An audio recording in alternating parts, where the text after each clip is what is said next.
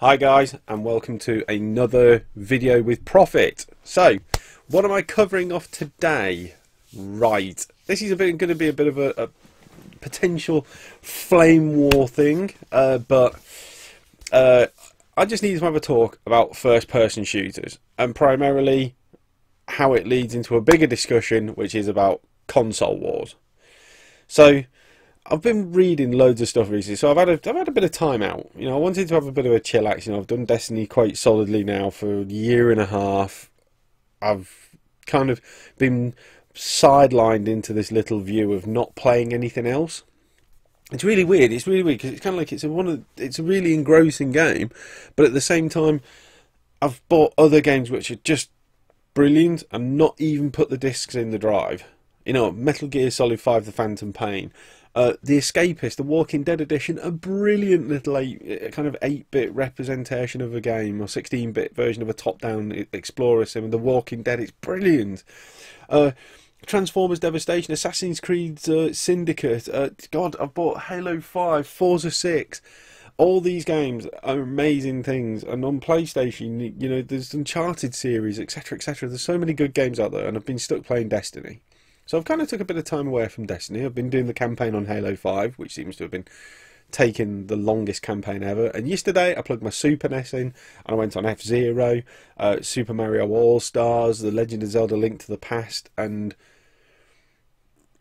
just decided to do a bit of a redux. I bought, where am I getting to? So I bought Black Ops 3, and I was looking over Black Ops 3, and well, I quite enjoy it. I think it's a good solid first-person shooter. I think, you know, it's a good game. I think Halo 5 is a good game. You know, a lot of people have got problems with the campaign in Halo 5, but actually I think it's going in a different direction, and we need to, you know, there's some story challenges maybe, but I actually think, you know, there's story challenges in Destiny. Let's get it right. For nearly a year playing Destiny, there was no story, and there was no cohesive story until the Taken King came along, and then it was an 8-hour story. I mean, I did the whole of Taken King's campaign in one sitting, in one day, with one character. And then it began the end game process of doing the grind, and now we're back to the simple thing that the only place you can get guns to do the grind with is in the raid. So, you know, and Call of Duty's campaign I've not really got into, so that's one of my missions for the next few days. But I really wanted to get into this thing I've been reading online about first-person games, and how people have been saying, like, Call of Duty's not back to its prime, Halo 5 is not back to its prime. You know, we're seeing that Destiny's turning into this grinding thing, and blah blah blah blah blah. Right, okay, so let's cover one thing off first of all. These games will never ever ever be the games that you'll remember from years ago. Call of Duty will never be World at War. Halo will never be Halo 3 or Halo 2 or Halo Combat Evolved. You'll never get that experience. Why? Because these games have moved on. The technology, the user base, the size of the budgets that are made for these games, everything is now exponentially bigger. Number two, first-person shooters have to evolve. They have to change. Sometimes they get it right, and sometimes they get it wrong. I remember when Halo Combat Evolved came out, and Halo 2 came out. Halo 2 was said and praised for being one of the biggest games ever to come out, but at the same time, the only criticism that was ever thrown at it was that you could do the dual welding with the SMGs, and the SMGs weren't very good. And the second one was that you played as the Arbiter, when people wanted to play as Chief. So, were we hearing that? You know, now we're moving on to Halo 5. They're talking about that there's issues with the AI. I mean, let's get it right. You're talking about there's AI players that are actually, alright, some of the times they're terrible, but sometimes they're good. But the fact is we've got 4 players in a single player campaign game. So surely that's enough to turn around and say, well, isn't that pretty cool where we've come from and to? And considering that we're talking next-gen consoles, which aren't PCs, they're not high-end devices. These are pieces of equipment that are put together on a pretty, you know, there's a good budget behind them, but at the same time, they're not running the latest and greatest versions of each chipset. So they're not expected to be, you know, where we are, where we've come from, and where we've come to is an amazing leap. But to be comparing something to an older version, which was a different time, which had different capabilities, which had different pressures on it, is ridiculous. Of course, Call of Duty is never going to be. You know, Black Ops 3, Treyarch have managed to pull what I think was a bit of a series that, me personally, I like Ghosts. You know, I liked Ghost. Yes, it wasn't a brilliant Call of Duty, but it was fun, and that's what it was meant to be, was fun. You could go in, you could do it, there was a competitive scene around it. Call of Duty didn't change. I mean, it's been losing viewers, but that's because there's, you know, it's been losing people playing it because there's other good games out there, and, you know, once you've played a series for X amount of time, you want to move on and try something else. Halo hit a blip in Halo 4 multiplayer because they tried something new and it didn't work, and rather than going down the route of patching it and updating it and making it change, they knew the Xbox One was coming, and, you know, Halo was moving on to the Master Chief Collection. So Halo 4 was kind of like the swan song for the 360. They tried something, it didn't work, it got updated in the Master Chief Collection, bang, everything was back again to how it should be. But Halo 5 has taken multiplayer forward, and they've gone back to grassroots. They've made it simple. They've made rec packs. Rec packs for Halo have earned more money than anything. But let's go back to the main issue. People are really complaining that Call of Duty is not what it was. Halo's not what it was. Destiny is now turning into a different type of game. You know, there's loads of things on there that people are turning around and saying that it's just not good. Okay, well, what would you do? What would you do? I know that we're talking about these guys have budgets, which some of them are, you know, Destiny had a $500 million budget with Activision, and, you know, the story came out crap. At the end of the day, the story came out rubbish, but we've stuck with it. They've updated the game. They've done couples of DLCs. You know, £120 later, I'm still at the same position now, where it's kind of like, do I really want to do that grind anymore? Do I really want to run that raid one more time? Do I really want to run that straight one more time? So I've gone off to play something else. I'm playing Halo 5, and I'm loving the campaign, because it's nice to play a game with a story, and a story that seems cohesive and it follows through. Yeah, they've wrapped up some things which were badly. Joel Damine, the Covenant bad guy from Halo 4's Spartan Ops mission just got taken out by a Spartan. But why wouldn't that happen? You don't need a big bad fight for it. It's just a way of wrapping a storyline up and bringing the protagonist back into it, which is Dr. Halsey, to come back into Halo 5. You know, we look at Call of Duty Black Ops. You know, Black Ops 3 has got, you know, a lot of people are writing an incohesive story. Why? Is it incohesive because you're 16 and you don't understand the ethics behind it? Or is it because that it is a genuine mess? Or is it just because that it's a very deep storyline tackling real issues that just, you know, people aren't interested in? Who knows? And there's no doubt that we're probably going to say that Black Ops 3 is really cool, and, oh, it's so much of other Advanced Warfare, and then later on in the year it'll be, well, you know, Advanced Warfare did some bits, and then it'll be kind of, you know, as it always is with every Call of Duty, the previous version starts getting more traction. I don't think that with Black Ops 3. I think Treyarch have done an amazing job. But I do think they've kind of rested on some of the morals. You know, bringing back Nuketown, it's just like, what? We have to go back to a map that was out 7 years ago? But I think, you know, we have to get out of this mentality right now that Halo's not going to be Halo 3, because Halo 3 was a different time. Call of Duty will never be World at War. And the simple fact of the matter is World War II's been done to death. You know, World War I has been done to some extent, but they can't make things cool. About, you know, the World War II, you can make it realistic, but Battlefront's got realistic all wrapped up. And let's get it right, you know, Battlefront's adding cool things through realism and tactics and teamwork and etc, etc. Call of Duty is about fun. It's about going in, having a blip, having a blast, and moving on. Halo's multiplayer is about strategic gunplay. So you've not got that element of, you know, you can have rapid pace, but at the same time, you know, you can be very tactical with a sniper. Same, you know, to an element, same as Call of Duty, but, you know, Call of Duty's always been a run and gun game, or a sit down and camp game. And we've got to get out of this mentality that it's going to be the World at War. World at War had a smaller budget. It had a smaller audience.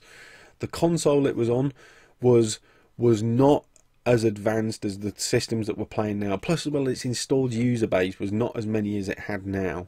The online element to the game was a much simpler time. And let's get it right, it was hacked to death.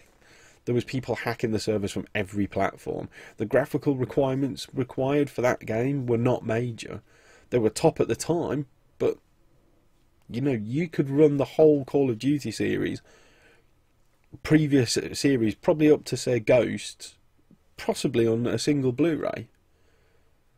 Why on earth are we going to go back? You know, World at War was out on the 360. You know, why are we going to be moving forward and saying that that's the type of game we want to be playing? Personally, I don't. I want to be playing a logical... I want to be playing a good game on an advanced network with the capability to do multiplayer on multiple things, with good time stories, and potentially a multi-op version of a game like Spartan Ops was. You know, for me, one of the best things about Halo 4 was the Spartan Ops missions. Yes, it was running a map and from different angles and different ways, but it allowed a 4-player team co-op mission that was a sideline to the main story that was released on a weekly basis, that carried a secondary sideline onwards. And you know, that's maybe where I think we should be going with games, is that you can have a main protagonist story, you can have a main campaign, which can be single player, co-op, or multiplayer, multi-co-op. Then you could have a secondary story that finishes after the main campaign that could become a paid DLC element. You know, I'd be fine with that as long as the DLC being delivered isn't just a rehash of an existing thing. You know, I've been a big defender of Destiny for the past 18 months, and I have to turn around and start to think logically now that a lot of the stuff in Destiny is rehashed. It has while it has added a brilliant element with the Festival of the Lost Souls, while they've done wonders with the Taken King progressing storyline, they've done some engine tweaks, you know, but there's a lot of things in Destiny that is broken. You know, the questing system's fantastic, but some of the quests don't make any sense. You know, the infusing guns into other guns to make that gun you want to keep better is fine. But why do I have to get my upgrade source from one path only, which is the raid? Or because I equip myself up with better armor, I get a random drop, a completely random element to it, which means that then you have to sit down for 20 hours plus a week, just hitting the same maps and the same raids and the same strikes and the same nightfall maps, and etc, etc, etc. I play Destiny for one thing and one thing only, and that is to play with my mates and to play with the people that I enjoy playing with. And you know, I've found that it's getting a bit boring on the repetition of a lot of the stuff they ask you to do, because we've got no announcements on DLC, we've got no announcements moving forward, so you know, what do we do? Anyway, I'm diverging a bit, I'm being segregated a bit. The bit that bothers me is COD is not going to be World at War. We've moved on, the installed user base is bigger, the requirements for the game is bigger, what we ask for is bigger and better. We want bigger and louder, or we want better and more cohesive stories. But ultimately, if the graphics took a step back, the first thing that happens is it gets panned. You know, Fallout 4 from pre-release is a classic case of this. We had no gameplay. We've got no understanding of the mechanics of the game. You know, we might have some basic understanding of the mechanics of the game. We may have seen 0.01% of the game. We saw some graphic screenshots, and the internet went... Oh my god, Fallout 4's graphics are crap. Oh my god, Fallout 4 is going to fall apart. Oh my god, Fallout 4 is going to be a mess. How can it do this? Or now we've got into a situation where you're playing Call of Duty on an Xbox One and Call of Duty on a PS4, and people are saying, oh my god, how can you play Black Ops 3 on an Xbox One? Oh my god, the graphics don't seem as sharp. Or there's a little bit of blurring effect on a bush in a corner. Oh, that's terrible. No, it can't do that. It can't do that. No, we can't play games in this way. Let's get it right, people. Let's get it right. You're comparing the blurring effects on a next-gen console operating at 60 frames a second compared to World at War, which ran not even at 720p. In fact, I could probably get a copy of the game and look at what the graphics...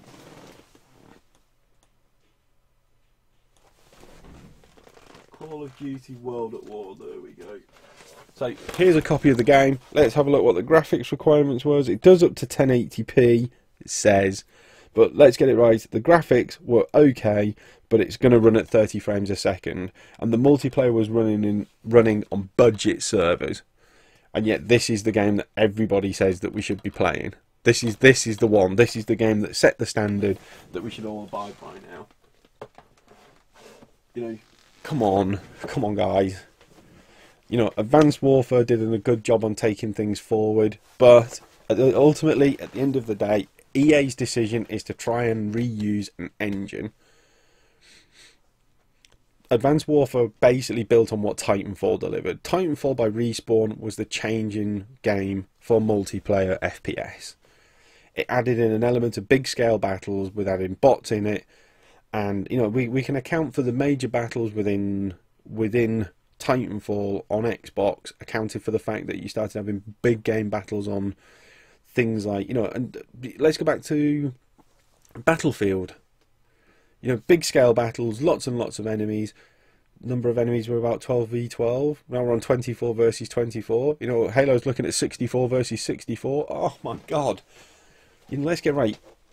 Call of Duty is never going to be World at War again. You want to play World at War? Go down to CEX or Game, buy second-hand Xbox 360. Get a copy of World at War for £3 from CEX or the same place.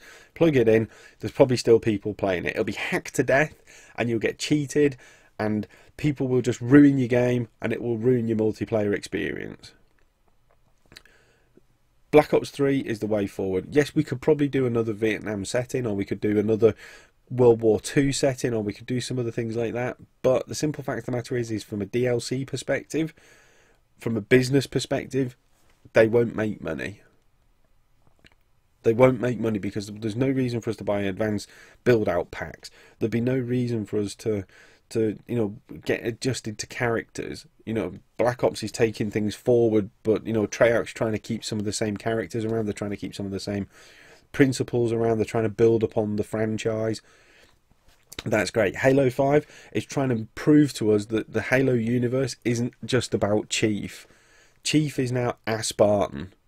Well, there's more Spartans available. I think that some of the things that they've massively got wrong is little things like Sarah Palmer is bigger than Locke, but Locke's the same size as Chief, but at the end of Halo 4, Chief's bigger than Palmer.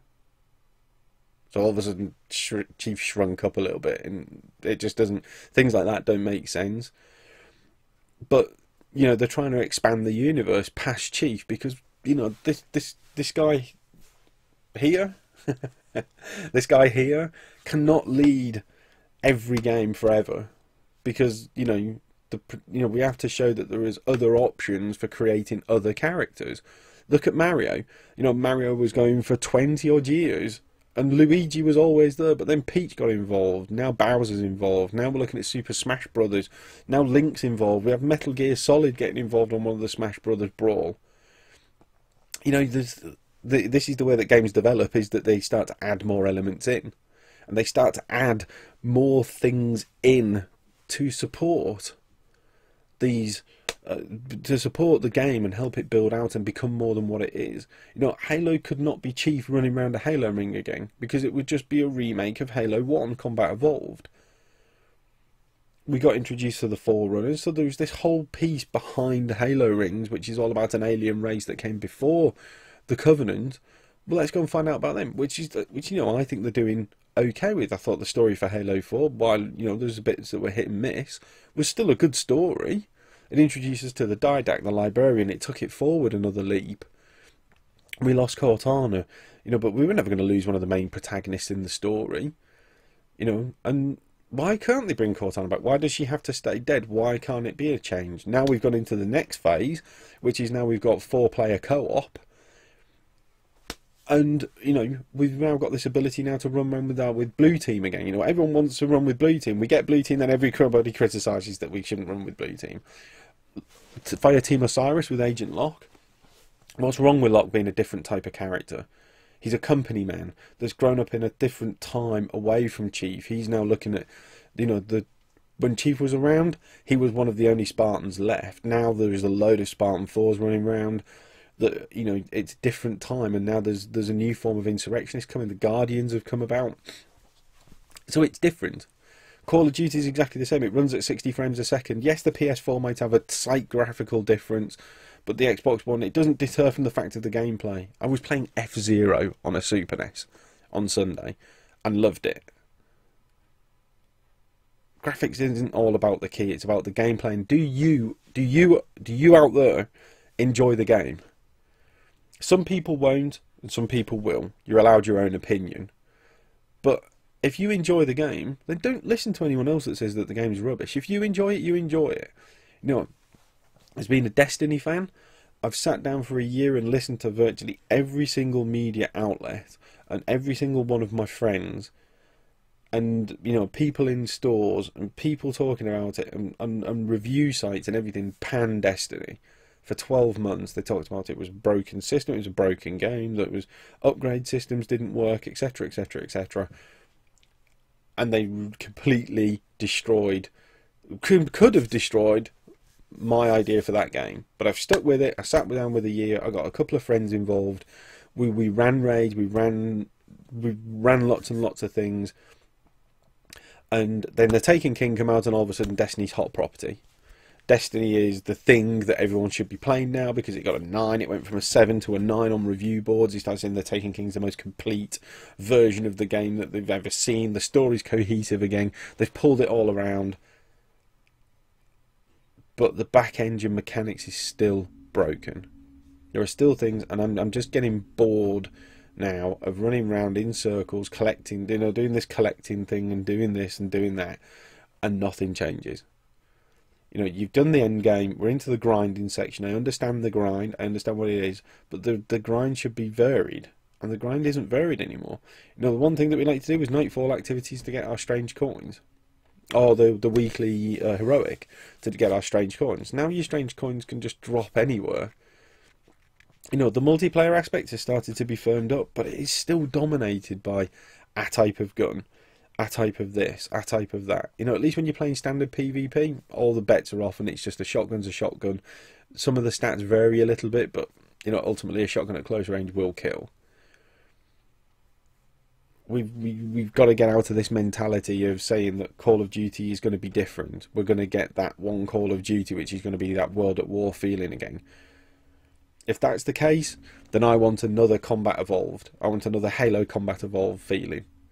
And it's not going to happen because we've seen it. It's happened. It needs to move on. Titanfall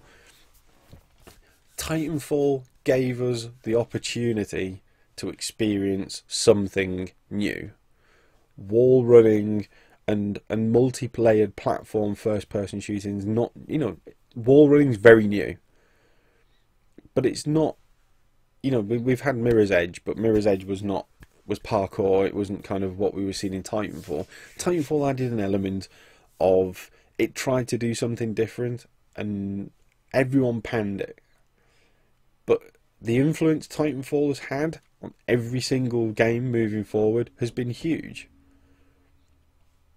And we need to acknowledge that. Titanfall was a game changer. We just haven't acknowledged it yet. And the strange thing is, as time has gone on, Titanfall has become more popular. And more people are playing Titanfall now than they were at launch, which I find strange. That never do you see a game which goes on. And that's because people go off and play Advanced Warfare, they go off and play Halo 4, they've gone off and played Halo 5, and then all of a sudden everyone's realised, well, actually Titanfall did it better. Respawn's respawn scoping capabilities, kill time capabilities, the speed of the game, the ability to drop Titans in to add elements and changes to multiplayer, which were tanks. You can change the type of tanks you drop in. There was different tactics around each map.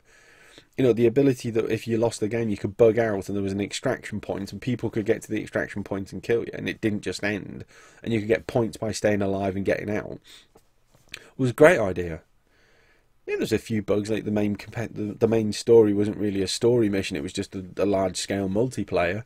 But, you know, hats off, they tried something new. Which ultimately has now become the co-op missions for Halo 5 and some of the other stuff. But, you know, this is just me having a bit of a rant. You know, I've just spent the past few days looking at websites, looking at review pages, looking at different things, and getting frustrated by just seeing people talk about the same nonsense. This is the worst COD ever. I'm trading it in, and I've got Destiny. Destiny's boring now. I've traded it in. I've got a COD, and it's the best first person ever. Halo 5's campaign's completely and utterly broken, which it isn't. you know, all these are personal opinions, but the one underlying factor is you speak to any Halo fan and they'll all turn around. You know, speak to any real kind of old school Halo fan and they'll turn around and say, we want a Halo 2 or we want a Halo 3. No. Remember, people, everybody panned Halo Reach, and that was by the same developer that did Halo 3. So it goes to show, and then they went on to create Destiny, which was an advanced version of Halo Reach. So, no, they're saying that Bungie got out at the right time, 343 stepped in at the right time, and 343 have done wonders with Halo, because that story, that entire experience should have died with Halo 3. But it's not. The fans have kept it going, the expanded universe have kept it going, and, you know, we've got Halo 5. And it demands change, otherwise it becomes the same, and I think change is good. We look at Call of Duty. I think adding the third developer into the rotation and giving everyone a 2-year development cycle has worked wonders. Do not forget, guys, do not forget, Call of Duty Ghosts, everybody panned, but it was the first cross-platform, cross-generation Call of Duty. So not only did it have to pander to the PS4 and the Xbox Ones, but it had to be co-developed with Xbox 360 and PS3. That was never going to work. You cannot make a game across 4 platforms that's identical, because prices will be paid. Destiny showed us that as well. There's upgraded graphics on the Xbox One and PS4, but the game engine and game mechanics is still the same on the PS3 and Xbox 360, just downscaled graphics. But these run at 1080p 30 frames in the graphics that the PS3 and Xbox 360 can deliver. And then the next gen that runs at 1080p 30 frames a second, just with advanced graphics and smoother bit mapping and all the other colours and bits and bobs and techie stuff I'm not going to go into. Ghost was the first real cross-platform, cross-generation. And, you know, it was alright. Considering what it was alright. It was going up against Battlefield, and it completely lost against Battlefield, because Battlefield had broken servers. They had broken servers at first, but Battlefield's just got better and better. EA knew they made a mistake. Advanced Warfare, yet again, was a cross-platform, cross-generation. You know, they had to, the game on the Xbox 360 and PS3 was the same as the one that was delivered on Xbox One. Graphically, there might have been some tweaks, but the game was identical. Same story, mission, same everything. Treyarch have had the opportunity as the first developer to develop solely for one platform and a different one for lower gens. You look at 360, you look at 360, and you look at PS3, and you look at Xbox One and PS4, and there is a world of difference. There's a galaxy of difference, because Treyarch have just said, this is the main platforms, these are the current generations, and we'll give something to the previous gens to play on, so they can have at least an updated experience. But we've got to start. The only way a series will move forward is that it builds on its current generation platform. Halo 5 graphically is amazing. There are times when it can get a bit blurry and stuff because it's got this adaptive engine that I've spoke about in some other videos, but you know, it runs at 60 frames a second without missing a beat. It may go down to 59.12, but it will always be above 59. You know, we've seen with Call of Duty now, they're getting to that 60 frames a second and sticking to it. You know, and there's some graphical trade-off in places, but it runs at 60 frames a second. You know, we have to move away from this cross-gen stuff. Comparing Ghosts to Treyarch's Black Ops 3 is never going to work. Advanced Warfare Up is never going to work, because the other two studios... Remember, when Ghost was released... So, here's how we look at how much faith was had in Ghosts. When Ghost was released, the studio that developed Ghosts was closed. That day. It still went on to make $500 million or something stupid. I think it outsold... Was it Iron Man 2, which was the film that was on at the time? Something like that. But it went on to outsell... Ghost outsold one of the most popular films of that year. So it wasn't that bad. Everyone went out and bought it. And people still play it now. But, you know, it was the guys making the game knew they were going to get fired when it was released. And after the last expansion pack came out, they'd already done all that. It was just timed release. So what was the name of the studio? I cannot remember for love nor money. But the studio that developed Ghost was sacked. on the day of release. What do you expect someone to do? The game's not going to be that great because you know that you're developing something you're never going to get to see through or develop for again. So the studio was closed, and the team that made Modern Warfare 3 were brought in then as a full-time. Sledgehammer were brought in, and let's get it right, Advanced Warfare was the first Call of Duty as an independent developer. And we all, it was terrible, how could this happen? How could this happen? We had a Call of Duty that lasted for 12 months, and it did have a cohesive story. It introduced an element of boosting, and you could wall run, and you could have this jumpy feature in this exosuit. Because that's what the army's developing. If anyone watched any of the Advanced Warfare videos that came out from Activision, or from EA. EA? Yeah, I'm sure. Have I got it wrong? Might have got it wrong. I'm sure it's not EA.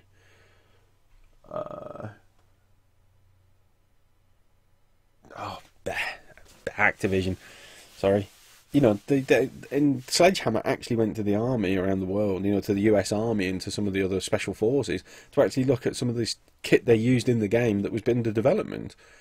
So some of it was actually based on real tech that was just adapted for a game, but it's based on real tech. Exosuits are coming in the real world, whether we like it or not. There is an element that Advanced Warfare could happen. But, that was Sledgehammer's first go at making a full-on game. The last time Sledgehammer touched a game was Modern Warfare 3, and they were pulled in by Activision to come and sort the shit out, because the developer of Modern Warfare 3 was falling behind and it wasn't going to deliver. They pulled Sledgehammer in, Sledgehammer turned it around, made Modern Warfare 3 great. They were given an opportunity to develop the next one after Ghost, which after Modern Warfare 3 was already in development. Well, yeah, it was Modern Warfare 3 it was pulled in for. Then Black Ops came around, and then they had the rotation. We get to Ghost. Ghost was doomed from the start to be long-term. It was built upon an old game. It was the first next generation, cross-generation, cross-platform, all in and all and sundries. They couldn't please everyone. So it looked the same on each. Next-gen platforms looked identical. Previous-gen platforms looked pretty identical. They'd done a reasonably good job of delivering a solid experience. And they experimented with a few things that didn't work. Then Sledgehammer was given the opportunity to develop their first independent Call of Duty. Modern Warfare 3 being one they helped out on. And they did a good solid job. Everyone enjoyed Advanced Warfare for a bit. They enjoyed the zombies mode. There was some elements that were introduced. And now we've got Black Ops come in that's introduced a boost system and etc. and wall run and all that. But you're never going to get that same experience as doing the first wall run you ever did in Titanfall. So anyway, enough of me ranting. I had to come online and talk to someone and vent this frustration, because it's just, I'm getting sick to death of all we ever read in review magazines and all we ever read on every forum post, or it seems to be that every forum and on Facebook at the moment seems to be people turning around and saying, "What's your favourite Call of Duty?" And it's like, World at War, World War II, it's the way forward, rah, rah, rah, rah, rah. We're never going to get another Black Ops 2, we're never going to get another World at War, we're never going to get Modern Warfare 3 again, we're never going to get this. And then you'll read the next forum post and it'll say, "What's your favourite Halo?" And then it'll be like, "Halo 2, my Halo 3 was my favourite, rah, rah, rah, rah, rah." And you're like, guys, that's your personal opinion. But to me, I think that Halo has to come along. It has developed. You're never going to get that cohesive story that you've seen in the first 3 Halos, because Combat Evolved wasn't perfect, but it offered something different in the market, and it gave an element of realism to our combat first-person shooters. Then Call of Duty adapted that into kind of World at War and some of the other stuff and some of the other games. Then Titanfall came along and completely changed what we thought of the dynamics of a first-person shooter should be. No longer was it the 3-channel system on a map. No longer was it that you could just run. Now you had multi-layered, multi-platform, jumping, boosting, stealth abilities, etc., etc., that it combined in. Which, personally myself, I think Respawn did an amazing job of Titanfall. And now all of a sudden we're at this point where people want older games because that's what they had their cherished memories of enjoying it as fun. I can tell you now, for one, I thought World at War was good. I thought Ghost was good. I used to love doing some of the stealth kills on ghosts. You know, Advanced Warfare, I didn't really play much of, because I just thought some of the control elements of it were, you know, graphically wise, it was really cool. But, you know, there were some elements to the controls which were just stupid. I played a lot of Halo 4. I played a lot of Halo Reach. I loved Halo Reach. For the customizing your Spartans, the multiplayer, I thought the story was a good backstory building up to the launch of Halo. Everyone's opinion's personal, but to try and start comparing things to old games on old systems, it's a trip down memory lane. Move on, people. Move on. So, rant over. Sorry that you know, if you've watched this, thank you very much for listening to my opinion. You know, I have played games. Like I said, I was playing my Super NES at the weekend, and you know, you put some games on like F-Zero and you look at the graphics and go, oh my god, you know, things have moved forward a lot. You look at Forza 6 and you look at F-Zero and you go, wow, we've come a lot. We've come very, very far in 20 years. And then you pick the controller up and you start to play games, and then you suddenly realise time is completely irrelevant to a good game. Completely irrelevant. The thing that changes, if a game is really good, you can play it now, you can play it in 20 years' time, and it will still have that feeling it gave you. You know, Metal Gear Solid 1, Psycho Mantis scene in the room. There is not many games that make you think like that. If you don't know what I'm on about, go and buy a PS1, go and buy a gold or classics edition of Metal Gear Solid 1 on an original PlayStation 1. Don't try and do it on a remastered HD on a 360 or something like that. Go and get an original PlayStation. You can pick one up for like a tenner now on eBay. Go and get a copy of Metal Gear Solid 1 disc-based version on the PS1.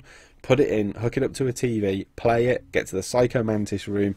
For those that have done it, you understand what I'm on about. For those that don't, do it on an original console, and you will see that is gameplay at its finest. This was something that threw you out mentally.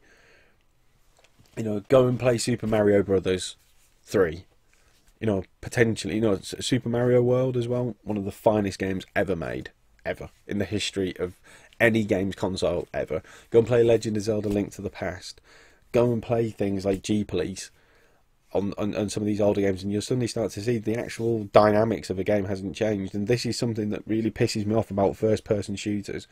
Strip the graphics away. You know, when I first started playing games, I played Quake 2, and I started playing, what was the other one? Unreal Championship or Unreal Tournament. That's going back a while. Is it here? There it is. Look at that. Would you believe it? I was doing some sorting out in the garage the other day, and I found Quake 3 Arena. Amongst the other things as well, stuff like Aliens vs Predator on the PC, Aliens vs Predator Gold Edition, Aliens vs Predator 2, and Half-Life. You know, and I'm going to run these. I'm going to put AVP2 into my PC just to get it running. I've got the expansion pack for AVP2. But there used to be this thing in Quake. I think it was Quake, or was it Unreal? It might be Unreal, actually, that because the internet connections were only 56.6k, for those modern, you know, for those younger of you, that's very slow. It's less than 1 meg, you know, it's half a meg. It's not even half a meg, 1,000 bytes, 56.6 kilobytes. It's 1,000 kilobytes in a megabyte. On a gigabyte, yeah. It was slow. I can't even do the mathematics going backwards that far. Because the internet connection we had was so slow, and if you were really good and you're like me and you had a job and you could pay for stuff, you could get an 128 kilobyte ISDN line, dual line, dedicated line in and out, 56k. To make the game go quicker, you would turn the graphical settings down on your PC. So, you know, we would end up running stuff like Counter-Strike and things like Unreal Tournament and Quake 3 Arena and other things in what was called wireframes, or just cheap block graphics. So you used to have this feature within Quake which would allow you to take all the graphics away, make it very block frame. It would make it very quick. It would make it less graphically intense. It would make it less internet intense, and it would allow you to run games hyper quick. And what would happen then is that you would have people that would be running high graphics settings, whose internet would bottleneck. You'd be running low graphics settings, which would give you the edge. And it would almost look like a LAN stutter, but it wasn't. It was just because those of us that had either done a high-level mod or were playing on a competitive environment would want to run as quickly and efficiently as possible. So let's take out the graphics on all the games nowadays. Let's take Destiny, take it out, take the graphics out on multiplayer. Let's look at Halo, take the graphics out on multiplayer. Let's make it say block graphics. So what you essentially have is a map with generally choke points, and now you're going to have multi-levels in, because now we can jump, now we can wall boost and all that, and wall run. So you can't wall run in Destiny. Destiny still works on this flat surface system. You know, maybe there's two elements of a top floor and a bottom floor, but it all still works on the 3 pipeline feature. So for those that don't know about map building, it usually works on a 3-prong system. You look at Black Ops 2, you can look at any Call of Duty, you can look at any previous Halo map. It works on 3 routes. There'd be 3 routes round to each end of the map, and you generally would have a choke point in the map somewhere. Now we've got 6 routes because there's 2 floors, so you can imagine it, there's ground floor and a top floor. So now you've got 6 routes, but now that's been changed with Advanced Warfare and with Titanfall and all that, because now it's open expanse, and now you've not just got the 3 bits on the ground, but you've got 3 bits on second floors. Now you've got 8 bits that come around this way, depend on respawn points and running around the map. And so now it really has become a free-for-all. And let's look at Battlefield as well. Let's not take that out of the equation. Big map, things blow up and fall over, spawn points, enemy points, meeting points, multiple routes to get there. So we've pretty much worked out that the maps are pretty generic. Characters, check out the individual visuals for each of the developments, development organisations and companies. You know, you've got a character that holds a gun and runs around and has the ability to run or walk and can zoom in. Okay, and now they have a special ability. So your Titans in Halo can ground slam. Your characters in Destiny each have their individual features. Your Black Ops guys now have got specific characters with individual unique capabilities. Battlefield, you can depend on your specialisation. You know, Star Wars Battlefront is going to be based upon what type of character you choose and what kind of side you choose. You can then upgrade to have a super special ability, which is then you can see where I'm going with this. Take out the graphics, and if you were to make that a block wireframe, the games generally handle the same. The controls are generally in the same place.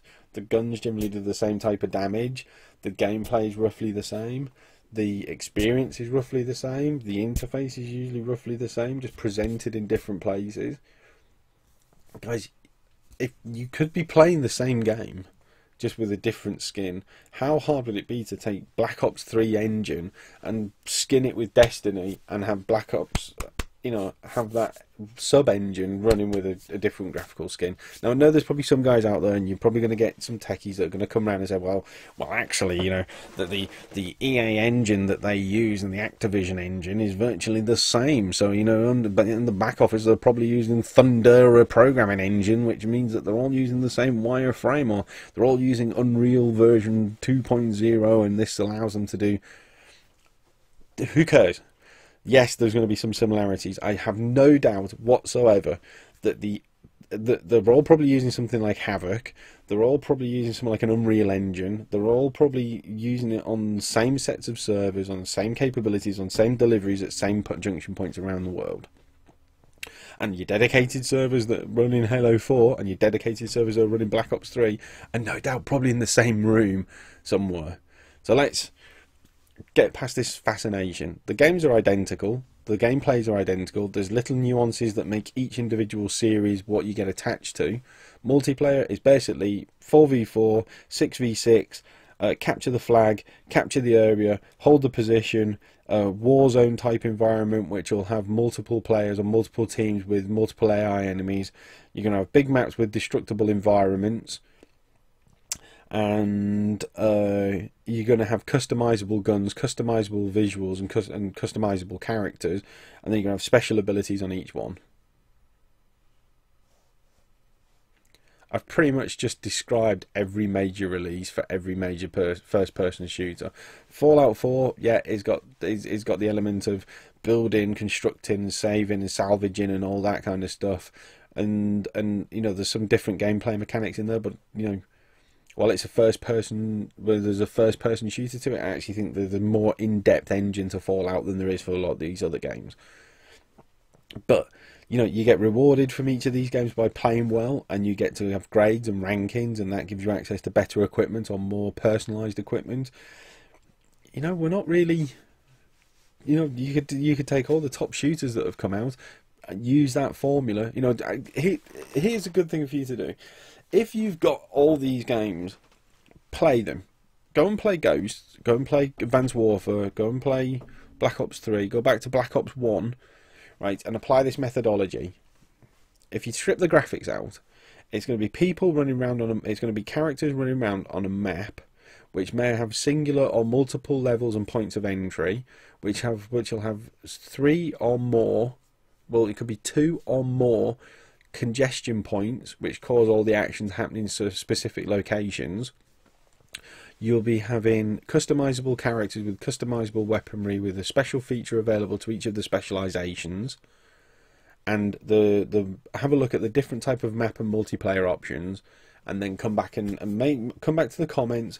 Go and have a look at my social media. You know, drop some comments in there about this video. Talk to me about what you've seen, and I bet you any money that when you come back, you'll probably turn around and say, apart from some nuances within each of the variants, you know, with the variables across each of the things, the games are identical. The games are identical. The engine in Ghost and the engine in Black Ops 3 is no different. There's just the boost option and stuff, and where the maps are and how the maps were developed. But the gameplay is virtually identical.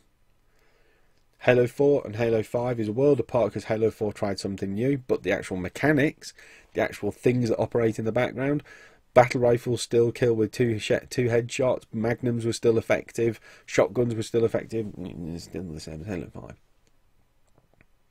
Go away, have a look, come back and tell me what you think. Alright guys, so all I'm going to say is thanks for listening to the rant. If you want to know more about me, you want to know more about what I do and how I do it, go to damnedprofit.com. You can also find on my website, on damnedprofit.com, all about my social media pages, my Twitter, my Tumblr, my Facebook page. Obviously you're on YouTube, so you know, hit the follow button, hit the like button if you like this. There's other videos on there of gameplay, and I'm going to be getting straight back into doing Halo 5's campaign mission, because I just feel as though I've loved this game for so long and now I've got it, I'm not actually playing it, which is shocking. So thanks very much for watching this rant. Hope you have a good day, and I hope to see you very, very soon. Cheers.